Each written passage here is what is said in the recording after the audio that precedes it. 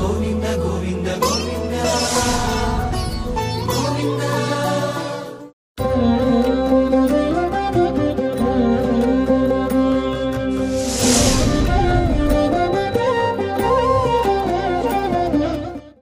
నమో మహద్భ్యో ఋషిభ్యో గురుభ్యో నమః.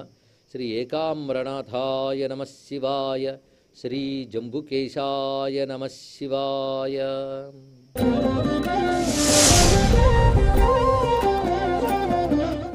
మహానుభావుడు మనువు ధర్మశాస్త్రంలో ఒక మాట చెప్తాడు. దుష్ఫలితాలు అప్పుడే తెలిసిపోతాయి అనుకోవద్దు. దుష్కర్మ ఇలా చేస్తే అలా వచ్చేస్తుందండి, పాలు ఇలా పిండితే అలా వచ్చేవచ్చు, కానీ దుష్కర్మ ఫలం అలా రాదు, అది క్రమంగా వస్తుంది.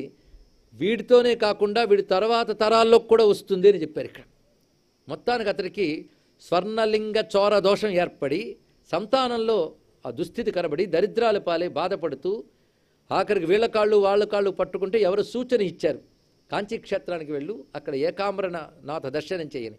ఆయన వచ్చి వృక్షం దగ్గర నిలబడి భోరుమును శివుడి కోసం ఏడిస్తే అప్పుడు శివుడు దయతలచి అతని యొక్క పాపాన్ని పరిహరింపజేశాడు. తిరిగి సంతాన ఆరోగ్యవంతులయ్యారు. అప్పటి నుంచి ఆయన పనిచేసేట వైరాగ్యం కలిగి ఆ కాంచీక్షేత్రాన్ని అంటిపెట్టుకుని తపస్వయ్యే సాధన చేసి సిద్ధి పొందాడు అని ఈ కథని చెప్పాడు. ఈ కథని కేవలం ఆమ్రమ యొక్క మహిమ చెప్పడమే కాకుండా ధర్మము యొక్క గొప్పతనం చెప్పడం, పశ్చాత్తప్తుడై వైరాగ్యవంతుడై అన్నీ విడిచిపెట్టి ఆశ్రయించినందుకు అతడు ధన్యుడయ్యాడని కూడా ఈ వృత్తాంతంలో కనబడుతున్నది. ఇలాంటి కాంచీ మహిమలు చాలా ఉన్నాయి. ఇప్పటి వరకు చెప్పుకున్నవి ప్రధానంగా చాలు. అయితే కాంచీలో చాలా తీర్థాలు ఉన్నాయి, కోనేరులు ఉన్నాయి. శివాలయంలో తీర్థాలు ఉన్నాయి, అమ్మవారి ఆలయంలో తీర్థాలు ఉన్నాయి, విష్ణువాలయంలో కూడా తీర్థాలు మనకు కనబడుతున్నాయి. అయితే ఇప్పుడు మనం పృథ్వీలింగం అయినటువంటి ఏకాంబరనాథుడి గురించి చెప్తున్నాం కనుక ఇక్కడ కొన్ని కోనేరులు ఉన్నాయి, బ్రహ్మచేత నిర్మితమైన కోనేరు మొదలైనవి. అదేవిధంగా మనం పంచతీర్థములు చెప్పుకున్నాం. అందులో సోమవారం దేనికి, మంగళవారం దేనికి ఇత్యాది విశేషాలు కూడా చెప్పుకున్నాం. ఇందులో సర్వతీర్థములకు తీర్థం ఉంది. ఆ ఒక్క ప్రస్తావన మాత్రం విశేషంగా చెప్పారు ఇక్కడ. ఎందుకంటే దాన్ని స్మరిస్తే చాలు ధన్యులమవుతాం అన్నారు కనుక ఇక్కడ స్మరిద్దాం దాన్ని. సర్వతీర్థం ఇది ఎలా ఏర్పడిందంటే, కంపానది గురించి విన్నారు కదా. కంపానది ఎలా వచ్చిందో చెప్పుకున్నా. గంగ మహాప్రవాహంగా రావడం, ప్రళయబంధిని దుర్గ తన కపాలాన్ని పెట్టగానే అందుకు ఆకర్షింపబడింది ఆ జలమంతా. అంటే అంత జలం కూడా ఆమె కపాలంలో బంధింపబడింది. అది అత్యంత పవిత్రమైనది. ఎందుకంటే శివుని శరీరాన్ని తాకి ప్రతి రోమకూపాన్ని స్పృశించి వచ్చినప్పుడు 3.5 కోట్ల తీర్థశక్తి ఆ గంగలో ప్రవేశించింది కనుక అంత శక్తి ఇప్పుడు కపాలంలో ఉన్న జలంలో ఉంది. అమ్మవారు శివుడు తనను అనుగ్రహించి మొత్తం కథా కళ్యాణం అయిపోయిన తర్వాత ఒకటి అనుకుందిట, అంత మహిమాన్వితమైనటువంటి జలము వ్యర్థం కాకుండా ఇక్కడ తీర్థమైతే బాగుండు అని అక్కడ ఉన్నటువంటి ఆ కపాల పరిమితమైన జలానికి తగ్గట్టుగా ఒక మడుగు ఏర్పరిచి అందులో జలమంతా నిక్షిప్తం చేయించింది ఆ తల్లి. దానికి మెట్లు కట్టించింది కూడా. దాన్ని సర్వతీర్థం అంటారు. అది ఇప్పటికీ మనకి ఏకాంబరనాథుడి ఆలయంలో వెతికితే కనబడుతుంది ఒక చిన్న ప్రమాణంలో. కానీ ఒకప్పుడు అది కంపా నది దాని పేరు. ఈ విషయం మనకి మూక కవి తన మూక పంచశతిలో ప్రేమవతి కంపాయాం స్థేమవతి యతి మనస్సు భూమవతి సామవతి సత్యగిరాం సోమవతి శిరసిభాతి హైమవతి అనే మాటలో చెప్తాడు. కంపాయాం, కంపా తీరమునందు తల్లి ఉన్నది అని వర్ణిస్తూ ఉంటారు. ఆ కంపా ఇది. దీని సర్వతీర్థము అని చెప్పబడుతుంది. ఎందుకంటే మొత్తం 3.5 కోట్ల తీర్థశక్తి ఉంది కనుక సర్వతీర్థం అని చెప్పబడుతుంది. ఇది పృథ్వీలింగం యొక్క మహిమ మనం పూర్తి చేసుకున్నాం. దీనికి సంబంధించి కాంచీ విలాసంలో కొన్ని శ్లోకాలు చెప్పారు. అవి మంత్ర సమానము కనుక శ్రద్ధగా విని ఆ ఫలితాన్ని పొందే ప్రయత్నం చేద్దాం. శ్రీశైలస్య అగ్నిదిగ్భాగే, మళ్ళీ శ్రీశైల ప్రస్తావన చేశాడు ఇక్కడ కూడా శాస్త్రంలో. శ్రీశైలానికి ఆగ్నేయం వైపు యోజనే చైక వింసకే 21 యోజనాల దూరంలో కావేరీ కృష్ణయోర్మధ్యే తత్ర గౌరీ తపోవనే, దీనికి మరొక పేరు గౌరీ తపోవనం. కంపాయాం దక్షిణే కూలే రుద్రశాలా ధరాతలే ఏకామ్రనాయక శంభు సదా తత్ర ఇవ వర్తతే అని చెప్తూ కాంచి శబ్దానికి ఇక్కడ అర్థం చెప్తున్నాడు. కాంచి అంటే మనం ఏం చెప్పుకున్నాం, మొలనూలు అని. కానీ కాంచన వృక్షములు అని కొన్ని ఉంటాయి, కోవిదారపు చెట్లు అంటారు. అవి ఎక్కువ ఉండడం వల్ల దీని కాంచీ క్షేత్రం వచ్చిందని ఒక నిర్వచనం ఒక చోట కనబడుతుంది. కనుక 2 అర్థాలు ఉన్నాయి. భూమికే ఇది మొలనూలు వంటి స్థానము, మణిపూర స్థానము గనక ఇది కాంచి అని ఒక అర్థం ఉన్నది. కానీ కాంచీకి ఇంకా మరికొన్ని అర్థములు శివుడు చెప్పాడు స్వయంగా. వాటి తెలుసుకుందాం. కేన అంచిత ఇది కాంచి అన్నాడు. కా అనే శబ్దానికి బ్రహ్మమునకు అర్థం, ఆనందమునకు అర్థం 2. అంచిత అంటే కూడినది అని అర్థం, పూజింపబడినది అని అర్థం. కేన అంచిత అంటే బ్రహ్మచేత పూజింపబడిన చోటు. అంటే బ్రహ్మ ఇక్కడ శివుని కోసం అమ్మవారి కోసం తపస్సు చేశాడు కనుక బ్రహ్మదేవుడు సత్యలోకాన్ని విడిచిపెట్టి ఇక్కడ కూర్చుని తపస్సును ఆచరించాడు. అందుకే ఇక్కడే అమ్మవారి యొక్క సాక్షాత్కారం పొందాడు, కామాక్షి నామాన్ని పెట్టాడు. ఆయన ఇక్కడే యజ్ఞం చేసి ఆ యజ్ఞ గుండంలోంచి వరదరాజస్వామి సాక్షాత్కారం పొందాడు కూడా చెప్తున్నది. కానీ బ్రహ్మచేత పూజింపబడిన చోటు కనుక కేన అంచిత ఇది కాంచి, ఇది ఒక అర్థం. ఇంకొక అర్థంలో అంచిత అంటే కూడినది, కమ్ అంటే బ్రహ్మము ఆనందము రెండు అర్థములు. నిజానికి రెండు ఒకటేనండి. ఆనందో బ్రహ్మేతి వ్యజానాత్. కనుక బ్రహ్మానందము ఎక్కడ ఉన్నదో ఆ చోటు కాంచి అంటే సాక్షాత్ పరబ్రహ్మస్థానము, ఆ బ్రహ్మానందము పొందడానికి అనువైనటువంటి చోటు. కనుక కాంచి ఆనంద భూమిక. ఈ కారణం చేతనే ఎవరు ఏ దుఃఖంతో కాంచికి చేరినా ఆ దుఃఖం పోయి ఆనందం కలుగుతుంది ఇక్కడ. కనుక ఆనందప్రదాయక క్షేత్రము, పరబ్రహ్మ యొక్క స్థానము, మూడవది బ్రహ్మచేత పూజింపబడిన చోటు అని కాంచీ నగరానికి 3 పేర్లు ఉన్నాయని చెప్పాడు ఇక్కడ. అందుకే నగరేషు కాంచి అనే మాట ప్రసిద్ధిగా మనకు కనబడుతున్నది. ఎందుచేత అంటే ఆ విద్యాస్థానములు కానీ, ఒకప్పుడు కాంచీ నగరాన్ని ప్రధానంగా చేసుకుని గొప్ప గొప్ప రాజులు ఏలినటువంటి చోటు కూడా విద్యాస్థానములు కలిగినవి. విశేషం ఏంటంటే అన్ని మతాలకి ఆధార కేంద్రంగా కాంచి ఉండేది ఉన్నది కూడా. ముఖ్యంగా శైవ వైష్ణవ శాక్తేయములు మాత్రమే కాకుండా ఆ తర్వాత జైన బౌద్ధాలకు కూడా ఇక్కడ చోట్లు ఉన్నాయి. ఎందుకంటే విద్యాస్థానములు ఉన్నాయి కనుక సర్వశాస్త్రములు సర్వదర్శనములు కూడా ఇక్కడ అధ్యయనం చేయబడ్డాయి. అయితే తర్వాత కాలంలో అన్య మతాలు వచ్చినప్పుడు వాళ్ళ కేంద్రాలు ఉన్నాయి. ఉండనేంటి ఏం పోయింది, ఎవరి మానాలు వాళ్ళు ఉండొచ్చు, కానీ ఒకరి వాళ్ళు ఒకరు ప్రమాదం రాకుండా ఉండేంత వరకు ఏం పర్వాలేదు. కానీ వచ్చి పక్కవాడిని అవమానించి మార్చడం ఉన్నదే అదొక్కటే మనం క్షమించలేం. కానీ ఎవరి మానాన్ని వారు జీవిస్తే అంతకంటే కావాల్సిందేముంది, అందరం కలిసి చక్కగా కోఎగ్జిస్టెన్స్ చక్కగా ఉండవచ్చు. అటువంటి కాంచీ క్షేత్రంలో మరొక అద్భుతమైన విషయం ఏంటున్నదంటే ఆదిశంకరుల యొక్క దివ్యమైన పీఠం. అది కాంచీ క్షేత్రంలో చెప్పుకోదగ్గది. ప్రత్యేకించి శంకర అష్టోత్తర శతనామాల్లో అన్ని చోట్ల కామాక్షీదేవి దగ్గర కాంచీనగరంలో ఆయన శ్రీచక్ర ప్రతిష్ఠ చేశారు అని ప్రత్యేకంగా నామం కూడా మనకు కనబడుతున్నది. ఇది వివాదం లేకుండా ఎవరైనా ఒప్పుకుంటారు, ఏ పీఠాల వారైనా ఒప్పుకుంటారు. అంటే శంకర భగవత్పాల వారు ఇక్కడ వచ్చి కామాక్షి సన్నిధిలో ఆవిడ మహాత్రిపుర సుందరి రూపం కామాక్షీదేవి. మనకు పురాణముల్లో శ్రీ విద్యలో వర్ణించినటువంటి మహాత్రిపుర సుందరి రూపం కామాక్షీదేవి. అరుణాం కరుణాతరంగితాక్షిం ధృత పాశాంకుశ పుష్పబాణ చాపాం అణిమాదిభిరావృత మయూఖై అహమిత్యైవ విభావయే భవాని. పాశము, అంకుశము, చెరకు విల్లు, 5 పువ్వుల బాణాలు పట్టు కూర్చున్న తల్లి ఇవిడొక్కరే. కనుక ఇది మహాత్రిపుర సుందరి క్షేత్రం అంటే శ్రీ విద్యా క్షేత్రం. శ్రీ విద్యని దక్షిణాచార సంప్రదాయంలో సముద్ధరణ చేసిన ఆదిశంకర భగవత్పాల్ వారు ఇటువంటి త్రిపుర సుందరి క్షేత్రాన్ని సేవించకుండా ఉంటారా? అందుకే మహానుభావుడు ఇక్కడ శ్రీచక్ర ప్రతిష్ఠ చేశారు. ఇప్పటికీ అమ్మ సన్నిధిలో అంతరాలయంలో అది ఆరాధింపబడుతూనే ఉన్నది. ఇక్కడ జలలింగం, ఇది విశేషించి విస్తారమైన ఆలయం దీనికి ఉన్నటువంటి అంశం. శక్తి ప్రధానమైన శివప్రధానమైనటువంటి క్షేత్రం. దీనికి సంబంధించిన చరిత్రలు అనేక రకాల అంశములు పురాణంలో కనబడుతున్నాయి. కానీ ప్రధానంగా ఇక్కడ పార్వతీదేవి ఈ కావేరీ నదీ తీరంలో జంబు వృక్షాల అడవిలో తపశ్శక్తితో జలంతో ఒక శివలింగాన్ని తయారు చేసినది అని, తన తపశ్శక్తితో తయారు చేసినది. ఆ లింగమే మనకిప్పుడు శిలారూపంలో దర్శనమిస్తున్నది. అమ్మవారు మాత్రం కేవలం జలలింగంగానే దీన్ని తయారు చేసి ఆరాధించారు. దీన్ని బట్టి శివుడు మనకు వ్యక్తం కావాలి అంటే అమ్మవారు పూనుకోవాలనేది ఇంతవరకు మన కాంచీ కథలో కానీ ఈ కథలో కానీ తెలుసుకుంటున్న అంశం. కానీ ఆ భూతత్వం జలతత్వం ఈ రెండిట్లో శక్తి ప్రమేయం చాలా అవసరం. అందుకు ఆ శక్తి యొక్క ప్రాధాన్యం చెప్పబడుతూ అక్కడ కూడా అమ్మవారు భూమికి వచ్చి తపస్సు చేయడం, తద్వారా ఆ క్షేత్రం యొక్క మహిమ మనకు తెలియడం జరిగింది. ఇక్కడ కూడా అదేవిధంగా అమ్మవారు స్వయంగా వచ్చి ఇక్కడ జలలింగాన్ని సృష్టించి ఆరాధించింది చాలా కాలం. అయితే శివుడు ఒక మాట చెప్పాడు, కొన్ని ప్రశ్నలు వేసింది అమ్మవారు కైలాసంలో. ఇప్పుడు కాదు కానీ, ఇక్కడ కాదు కానీ, మరొకప్పుడు మరొక చోటు చెప్తానన్నట్ట. అది ఎప్పుడు ఆయన ఎదురు చూస్తూ ఆయన పంపిన ఆజ్ఞ మేరకు ఇక్కడ వచ్చి ఆయన ఆరాధించింది. ఈ చోటు ఆమెతో ముచ్చట్లాడడానికి ఎంచుకున్నాడు ఆయన. అందుకే ఇక్కడ శివుడు ఆలయం, అమ్మవారి ఆలయం ఎదురెదురుగా ఉంటాయి. అమ్మవారు తూర్పుకు అభిముఖంగా ఉంటుంది, శివుడు పశ్చిమాభిముఖంగా ఉంటాడు. దీన్ని ఉపదేశ స్వరూపం అంటారు ఆగమశాస్త్ర ప్రకారంగా. అలా ఎదురెదురుగా ఉండడాన్ని ఉపదేశ స్వరూపం అంటారు. అంటే శివుడు పార్వతీదేవితో ముచ్చట్లాడుతూ ఉన్నటువంటి అంశం. వాళ్ళిద్దరు ముచ్చట్లు మనకు శాస్త్రాలు. ఎందుకంటే మనం పురాణాలు కానీ ఆఖరికి నోము కథలు మీరు చదువుకున్న కైలాసంబనందు పార్వతీదేవి శివునితో ఇట్లని ఏ అని ప్రారంభిస్తూ ఉంటారు. ప్రతి నోము కథ అలాగే మొదలవుతుంటుంది. ఎందుకని ఇంత రహస్యాన్ని చెప్పారు అంటే అసలు ఆగమశాస్త్రాలన్నీ శివుడు పార్వతీదేవితో చెప్తూ ఉంటేనే వచ్చేయట మనకి.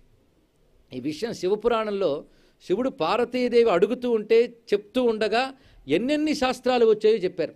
అవి వేలాది సంఖ్యలో ఉన్నాయి ఆ శాస్త్రములన్నీ కూడా. ఎందుకంటే ప్రకృతికి ప్రతీకగా అమ్మవారు మాట్లాడుతుంటే ప్రకృతిలోకి ప్రవేశించిన పరమేశ్వరుడి సందేశమే శాస్త్రములుగా మనకు వ్యక్తమవుతున్నది. అదే శంభు వదనము నుంచి ఆగమించినవి గనక ఆగమాలు అని పేర్లు వచ్చాయి ఇక్కడ. ఇలా రకరకాల శాస్త్రములన్నీ శివుడు పార్వతీదేవికి చెప్పాడు. అంటే ఆవిడకి అవసరమా? ఆయన నుంచి ఆవిడ రాబట్టి మన కోసం అందిస్తుంది ఆ తల్లి. లేకపోతే ఆయనంతటా ఆయన ఆవిడికి చెప్పడండి. ఆవిడ పూనుకుంది మన కోసం. అందుకే ఆ విధంగా పరమేశ్వరుడు పూనుకుని అమ్మవారి ద్వారా చేయించినటువంటి ఆగమ విద్యలు ఎన్నో ఉన్నాయి. అలా వాళ్ళు ముచ్చట్లు చెప్పుకున్న క్షేత్రం. అందుకే ఇది జ్ఞానప్రధాన క్షేత్రంగా కూడా దీన్ని వ్యవహరించడం జరుగుతున్నది ఇక్కడ. ఎందుకంటే సాక్షాత్ శివుడు జ్ఞానం చెప్పాడు అమ్మవారికి. ఆవిడ పేరు అఖిలాండేశ్వరి. ఆ పేరే చాలా విశేషం. దీనిపై ప్రత్యేకించి చాలా కీర్తనలు ఉన్నాయి. దీక్షితుల వారు కూడా అఖిలాండేశ్వరిపై రచన చేశారు. ఈ అఖిలాండేశ్వరి మహిమ మనం భాగంలో చెప్పుకోబోతున్నాం. మొత్తానికి జలలింగం ఏ విధంగా ఆవిర్భవించిందో చెప్పుకున్నాం. నేటికి దాని యొక్క ఉనికి మనకు కనబడుతున్నది. అయితే ఇక్కడ కుడ్యాల మీద ఒక బొమ్మ కనబడుతుంది. ఏనుగు ఈ శివలింగాన్ని పూజిస్తున్నట్లు ఆ కొమ్మలపై సాలిపురుగు ఉంటుంది. సరిగ్గా శ్రీకాళహస్తీశ్వరుడు లాగే ఉంది కదా అంటే దీనికి సంబంధించిన కథలో కూడా ఏనుగు సాలిపురుగు కథ ఉంది. అంటే రెండిట్లో ఏదో ఒకటే నిజం కావాలనడానికి మనమెవరం? ఇక్కడ శాపవశాత్తు ఒక పుణ్యజీవులు రెండు ఆ రూపంతో శివుడిని కొలుచుకున్నాయని కథ ఇప్పటికీ స్థల పురాణంలో అక్కడ కనబడుతోంది. అంటే ఎక్కడ కూడా ఒక ఏనుక్కి సాలీడికి కూడా ముక్తినిచ్చాడు స్వామి అని అక్కడ కుడ్యాలపై కనబడుతున్నటువంటి చిత్రం ద్వారాను దొరుకుతున్న స్థల పురాణాల ఆధారంగా కూడా మనం చెప్పవచ్చు. అంటే పరమేశ్వరుడు అనుగ్రహిస్తే ఏ ఉపాధిలో ఉన్నవాడైనా సరే ముక్తిని పొందవచ్చు. భక్తి ఉండాలే కానీ ఉపాధి ఏదైనప్పటికీ ఈశ్వర అనుగ్రహం పొందవచ్చు అనడానికి ఇది పెద్ద నిదర్శనం. ఇటువంటి ఈ క్షేత్రంలో ఉన్న అద్భుతాలు ఏమిటంటే ప్రాకారాలు. 5 ప్రాకారాలు చెప్పుకున్నాం కదా. ఒక్కొక్క ప్రాకారం పొడవు విస్తారం చూస్తే ఆశ్చర్యం వేస్తుంది. కించిత్ భేదంతో ఇవి ఎలా ఉంటాయంటే ప్రథమ ప్రాకారం అంటే మన నుంచి లెక్క కడితే మొదటిది, శివుడి నుంచి చూస్తే 5వది. ఇది 2500 అడుగులు పొడవు ఉంటుంది, 1500 అడుగులు వెడల్పుతో ఉంటుంది. ఇక 4వ ప్రకారం దాని విశేషం ఇలా ఒక్కొక్కటి చెప్పుకుంటూ వచ్చారు. అయితే ఇక్కడ ప్రత్యేకించి 4వ ప్రాకారానికి విభూతి ప్రాకారం అని పేరు.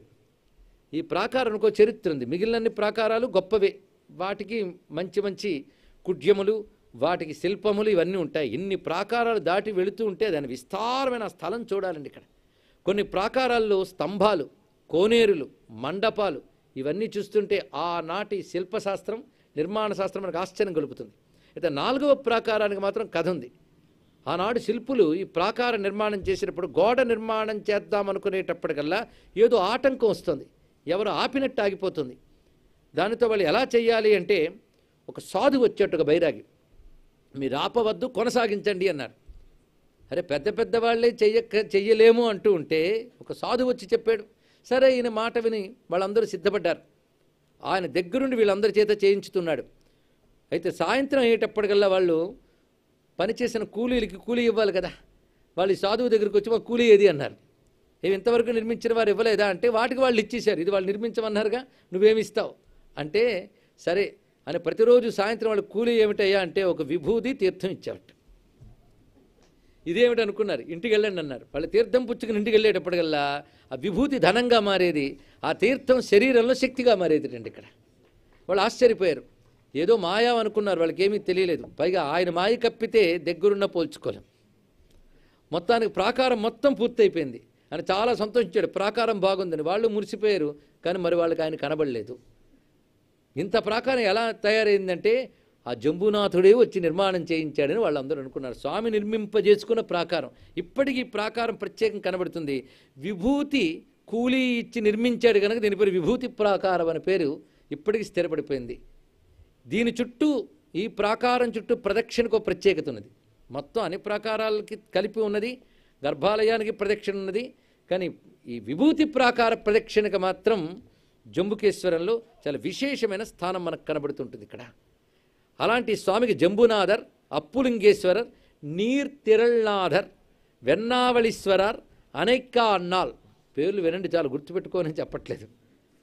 ఇలాంటి పేర్లతో స్వామిని పిలుస్తూ ఉంటారు. ఇటువంటి ఉపదేశ భంగిమలో ఉన్నటువంటి ఈ చోటు చాలా విశేషము. ఇక్కడ సుబ్రహ్మణ్యుడు, గణపతి, శివపరివార దేవతలు ఇవన్నీ విశేషంగా ఉంటాయి. ఇక్కడ నిత్యం గోపూజ, స్వామివారికి అన్నాభిషేకం అంటే ప్రత్యేకత. ఇక్కడ పార్వతీదేవి మొదట పూజించింది గనక ఇప్పటికి ఆలయంలో ఒక పూజారులు స్త్రీ దుస్తులు ధరించి స్వామివారిని ఆరాధిస్తారు. అలాగే ఒక ఉత్సవం ప్రత్యేకంగా చేస్తారు. స్వామివారికి 40 రోజులు ఉత్సవం ఉందండి ప్రతి ఏడాది. ఇంత మండల బ్రహ్మోత్సవం ఎక్కడా కనబడదు, ఈ ఆలయంలో కనబడుతుంది. మండల బ్రహ్మోత్సవం అంటే ఇక్కడ బ్రహ్మదేవుడు చాలా కాలం తపస్సు చేసేట స్వామివారి కోసం ఒక కోనేరుని ఏర్పాటు చేసి. అప్పుడు శివుడు ఆ తపస్సును పరీక్షించాలని చిన్న మాయ వేశాడు. శివుడు పార్వతి వేషం వేసుకున్నాడు, పార్వతీదేవి శివుడు వేషం వేసుకుంది. అంటే మారిపోయారు, ఇద్దరు రూపం మార్చారు. బ్రహ్మదేవుడు పోల్చగలడా లేదా అని వెంటనే బ్రహ్మదేవుడు శివుడిని పోల్చుకున్నట్ట, పార్వతి వేషంలో ఉన్న పోల్చుకుని ఎవరెవరో వారిని అలాగే గుర్తించి చక్కగా స్తుతి చేయగానే శభాషను స్తుతించి ఎవరైతే ఈ తీర్థంలో స్నానం చేస్తారో వాళ్ళు ధన్యులవుతారని. కనుకనే ఇప్పటికీ ఆ తీర్థ సమీపంలో 40 రోజుల పాటు స్వామివారికి ఉత్సవం చేస్తారు. 37వ రోజున పంచప్రాకార ఉత్సవం నిర్వహిస్తారు. ఆ ఉత్సవంలో శివుణ్ణి స్త్రీ వేషంతోనూ పార్వతీదేవిని పురుష వేషంతోనూ అలంకరించి ప్రాకారాలు ఊరేగిస్తారండి. ఇప్పటికీ జరుగుతుంది. దానికి నిదర్శనంగా ఇది ఇంకో క్షేత్రంలో కనబడిన ప్రత్యేకత, ఈ క్షేత్రానికి మాత్రమే విశేషం. ఇక్కడ ఈ క్షేత్ర మాహాత్మ్యం చెప్పాలి అంటే శివభక్తులు ఎందరెందరో ఈ క్షేత్రాన్ని సేవించి తరించిపోయారు. మనకి శివభక్తుల్లో తమిళంలో మనకి వైష్ణవంలో ఆల్వారులు ఎలాగో శివభక్తుల్లో నయనార్లు ఎలాగా, అలా నయనార్లో ఇంచుమించు 63 నయనార్లకి ఈ క్షేత్రంతో సంబంధం ఉన్నది. విశేషించి నలుగురు అని తమిళ భక్తుల్లో శైవ భక్తుల్లో చెప్తారు కదా, జ్ఞాన సంబంధుడు, అప్పరు, సుందరార్, మాణిక్యవాచకర్, ఈ నలుగురు ఈ క్షేత్రంపై అనేక కీర్తనలు రచించారు. ఆ మాటకొస్తే మా ఏకామ్రనాథుడిపై కూడా రచించారు వీటిని. ఎందుకంటే అన్ని క్షేత్రాలపై రచించిన వాళ్ళు వీళ్ళని వదులుతారా? పైకి శివునిపై చాలా విశేషమైన కీర్తనలు రచించారు, అదొక ప్రత్యేకత. అలాగే శివభక్తుల గాథలు కూడా దీంతో ముడిపడి ఉన్నాయి. ఒకప్పుడు ఒక పెద్ద ధనికుడు ఉండేవాడు. ఆయన తమిళంలో కోచన్ జంగన్ అంటారు, ఎర్రకళ్ళరాజు అని పేరుట. ఆయన ఈ శివుడికి భక్తుడు, ఎవరికి జంబుకేశ్వరుడికి. ఆయనకు ఒక పద్ధతి ఉంది. అదేమిటంటే ఏ కొత్త వస్తువు తీసుకున్నా, ఎవరు కానుకిచ్చినా తాను కొనుక్కున్నా ముందు తీసుకొచ్చి శివుడికి ఇస్తట. ఆ శివుడికి ఇచ్చిన తర్వాత తాను పొందుతూ ఉంటాట. ఇది ఆయన యొక్క విధానం. ఒకసారి వాళ్ళ ఆవిడికి ఎవరో బంధువులు ముత్యాలహారం కానుకగా ఇచ్చారు. ఈవిడ నియమం ఆవిడికి తెలిసినా మర్చిపోయి వేసేసుకుంది ఆవిడ. ఈయనకి తెలియదు ఆ విషయం. మొత్తానికి వాళ్ళందరూ కూడా ఆలయానికి వెళ్ళారు. ఆవిడ ముందుగా కోనేరులో స్నానం చేయాలని వెళ్ళింది. అక్కడికి ముందు కావేరి నదిలో స్నానం చేసి వద్దామని కావేరి నదికి వెళ్ళింది. ఆ ముత్యాలహారం కొట్టుకుపోయింది. సరే వాళ్ళందరూ స్నానం చేసి చూసేప్పుడు ముత్యాలహారం కనబడలేదు. అయ్యయ్యో హారం పోయిందే, సరే ఏం చేస్తాం, మా ఆయనకి వచ్చినట్టు కూడా చెప్పలేదు నేను, ఎవరో ఇచ్చారని. నేను స్వామికి ఇవ్వడం మర్చిపోయాను, అందుకే పోయింది అనుకుంటూ ఆ కావేరి నది జలాలు పట్టుకొచ్చి స్వామికి అభిషేకం చేయడానికి వచ్చారు. సరిగ్గా అభిషేకం చేస్తూ ఉంటే ఆ అర్చకుడు ఆ జలంలోంచి ముత్యాలహారం శివుడికి ఆహారంగా పడిందిటండి. ఇక్కడ నియమం పెట్టుకుంటే ఆయనే తీసేసుకుంటాడని దీన్ని బట్టి తెలుస్తున్నది. ఇక్కడ ఇది ఇప్పటికీ రచింపబడి కనబడుతుంది. ఇది తిరువన్నాయిక తేవారం అనేటువంటి గ్రంథంలో ఉన్న కథని మనం ఇప్పుడు చెప్పుకున్నాం. అలాగే ఇక్కడ ఒక వంటవాడు ఉండేవాడు, ఆయన విష్ణుభక్తుడు వరదాన్. అక్కడ ఆలయ పరిచారికుల్లో మోహనాంగి అని ఒక ఆమె నేతని ఇష్టపడ్డాడు. నన్ను వివాహం చేసుకొని అడుగుతున్నాడు. ఆ మహాశివభక్తురాలు ఆ మంది, నువ్వు శైవుడిగా మారిపోతే నేను వివాహం చేసుకుంటాను అన్నది. అయితే ఆమె మీద ప్రేమతో ఎప్పుడు తిరుగుతూ ఉంటే ఆమె రోజు శివభక్తుల కథలు చెప్పడం మొదలుపెట్టింది. ఆ శివతత్వం విని విని అతడు శివభక్తుడిగా మారిపోయి ఆమెను వివాహం చేసుకున్నాడు. అయితే ఆయనకు కోరిక కలిగింది, అమ్మవారిని శివుణ్ణి అద్భుతంగా స్తోత్రం చేయాలి, మంచి రచనలు చేయాలని కోరిక కలిగింది. కానీ మూర్ఖుడు. పైగా ఆయనకి కాలమేఘన్ ఒక పేరుంది. కాలమేఘన్ నల్లమబ్బుని అర్థం. అజ్ఞానానికి ప్రతీకగా వాడేవారు, అంత అజ్ఞానం ఆయన. అలాంటిది ఆయన ఒకరోజు, అమ్మ నిన్ను స్తుతించుతూ స్వామివారిని స్తుతించే రచనాశక్తి నాకు వస్తే బాగుండు అనుకున్నాడు. కలలో అమ్మవారు కనబడి తన తాంబూల ప్రసాదాన్ని ఇచ్చారు అతనికి. మెలకువ వస్తూనే అతను స్వామివారిపై అమ్మవారిపై అద్భుతమైన గీతాలు వ్రాశారు. ఇప్పటికీ అవి పాడుతుంటారు స్వామి దగ్గర. అంటే ఇది జ్ఞానప్రధాన క్షేత్రం అని తెలుసుకోవడానికి ఇక్కడ అమ్మవారి అనుగ్రహం అయ్యవారి అనుగ్రహం లభిస్తే తెలివి బాగా లభిస్తుంది అని చెప్పడం. అలాగే ఇక్కడ ఉన్నటువంటి చరిత్రల్లో ఎన్నో విశేషమైన అంశాలు కనబడతాయి. ముఖ్యంగా ఆదిశంకర భగవత్పాదుల వారికి ఈ క్షేత్రంతో అనుబంధం ఉన్నది. ఇక్కడున్నవారు అమ్మ అఖిలాండేశ్వరి, ఆ తల్లి చాలా విశేషమైన శక్తివంతమైనటువంటి మూర్తి. అఖిలాండేశ్వరి అన్న మాట తెలుస్తుంది. సర్వ బ్రహ్మాండములకు నాయకురాలైనటువంటి తల్లి. శంకర భగవత్పాల్ వారు ఇక్కడ వచ్చి అమ్మవారిని ఆరాధన చేసి వెళ్ళిపోతుంటే అక్కడ ఉన్నటువంటి గ్రామవాసులందరూ వచ్చి, స్వామి అమ్మవారు మాకు శక్తివంతంగా అన్ని అనుగ్రహాలు ఇస్తున్నది, కానీ ఆ తల్లి ముఖంలో ఉగ్రకళలు కనబడుతున్నాయి, దాంతో మాకు కొంచెం భయం వేస్తుంది అంటే, అవునా అని చూసి సరిగ్గా అమ్మవారికి ఎదురుగా ఆవిడ దృష్టికి అందే స్థానంలో గణపతిని ప్రతిష్ఠ చేశాడు ఆయన. గణపతిని ప్రతిష్ఠ చేసగానే అమ్మవారి ముఖంలో ఉగ్రకళలు పోయి శాంత కళలు వచ్చాయి. అంత చక్కటి పని చేశారు చూడండి. ఎందుకంటే అబ్బాయి గారిని చూడగానే అమ్మగారి ముఖం శాంతమైపోయింది. ఇక్కడ అలాంటి ఏర్పాటు చేశాడు. ఇప్పటికీ ఆ తల్లిని మనం చూస్తే ఆ తల్లి తూర్పుకు అభిముఖంగా ఉంటూ 4 చేతులతో ఉంటుంది. పైహస్తములతో పద్మము ఉత్పలము పట్టుకుని ఉంటుంది. అంటే తామర కలువ, క్రింది 2 చేతులు వరద అభయముద్రలతో గోచరిస్తూ ఉంటుంది.